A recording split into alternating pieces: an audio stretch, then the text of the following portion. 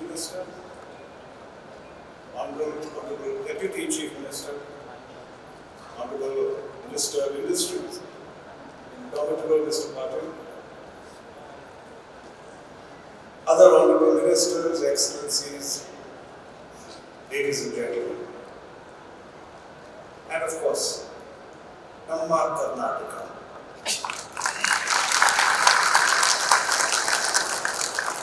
ಎಲ್ಲರಿಗೂ ನನ್ನ ಪ್ರೀತಿಪೂರ್ವಕ ನಮಸ್ಕಾರಗಳು. I'm truly delighted to be here.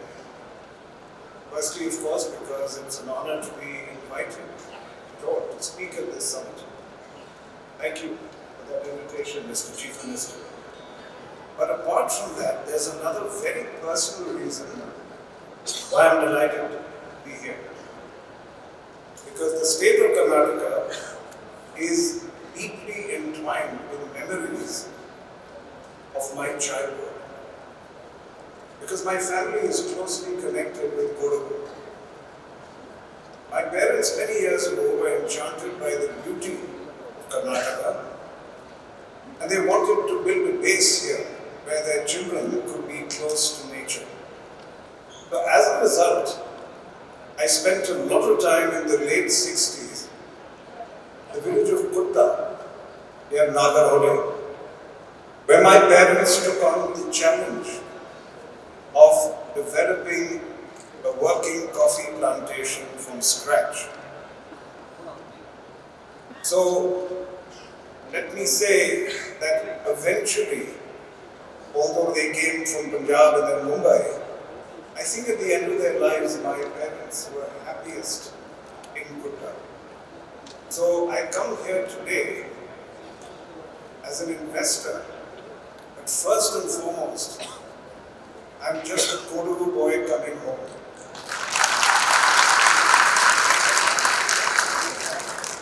I learned the basics of growing coffee by simply observing what was going on. And in retrospect, I now realize that those years on the coffee plantation were definitive ones. Because watching that coffee grow taught me life lessons that have defined my life as an adult and as a business person. So I have a lot to thank Karnataka for. But there are three major lessons that I have carried over from coffee growing into my life. First of all, successful coffee growing requires the bushes to be carefully planted and very deeply rooted. And the same principle applies to business and personal relationships. They also need to be firmly and deeply rooted. Another essential element of coffee growing is that the plants need help to grow. The coffee bushes are nurtured and protected by growing them under the shelter of shade-giving trees. People and businesses too grow best when nurtured and protected by those who can provide the necessary shade and support. And thirdly, growing up at the plantation taught me the virtues of patience. Coffee doesn't give returns overnight. It takes at least 5 years for the first harvest. 5 years of toil and care. But it teaches you to have faith in the future, and to believe that your hard work will pay off. The returns are worth the long gestation period, whether in life or in business. And in many ways, the Mahindra Group's relationship with Karnataka mirrors the lessons I learned on that Kodagu coffee plantation. First, our involvement with Karnataka is deeply rooted, firmly intertwined. Most of our major businesses, including the jewels in our corporate crown, like automotive, IT, farm equipment, financial services, and hospitality, have operations here. Our group employs over 20 25,000 people directly. Second, our relationship has flourished over the years thanks to the nurturing, to the encouragement and the support provided by the Karnataka government. Policies such as the new industrial policy and the GCC policy showcase this supportive outlook. And this approach to business gives us faith in our future here. We have absolutely no hesitation in investing in long gestation businesses like renewable energy, aerospace, hospitality, and real estate in Karnataka.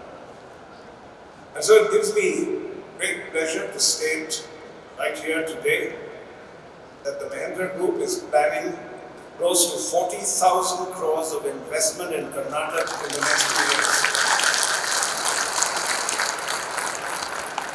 When we talk specifics, Karnataka plays a vital role in our renewable energy portfolio.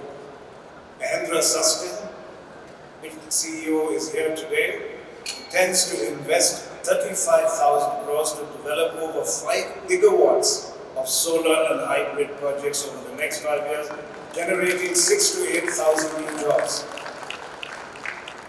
Mahindra Holidays already operates several resorts here and is evaluating further expansion into areas like Gokarna and Hampi. We intend to invest a further 1,000 crores and are in talks with government officials, and I look forward to their support, particularly regarding land aggregation. And by the way, Mr. Chief Minister, industry status for tourism and single window clearance would be very, very helpful here indeed. Mahindra Defence Services and Mahindra Aerospace are looking at strategic expansion opportunities in the state with several hundred crores planned.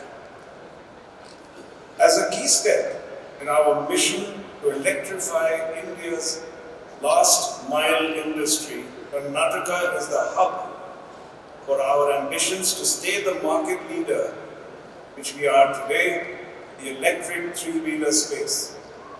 With 60 patent applications, 54 trademarks, and 16 design registrations earned right here. Our last mile mobility is deeply entrenched in the state with its R&D, product development, and manufacturing units. Mahindra Life Spaces, our real estate arm, of which our CEO here today as well, is developing over 5,000 crores worth of projects in Bangalore and plans to develop another 6,000 crores of projects in the very near future. What's more important and makes me very proud is that our projects are industry-leading net zero energy and net zero waste homes, and our customers love them. So we're committed to maintaining Bengaluru's vibrant ecosystem to these green homes.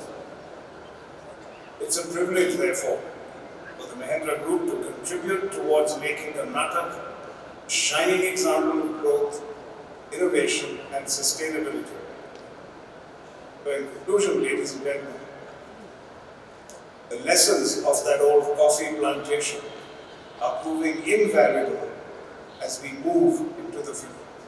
Dhanyavadalu.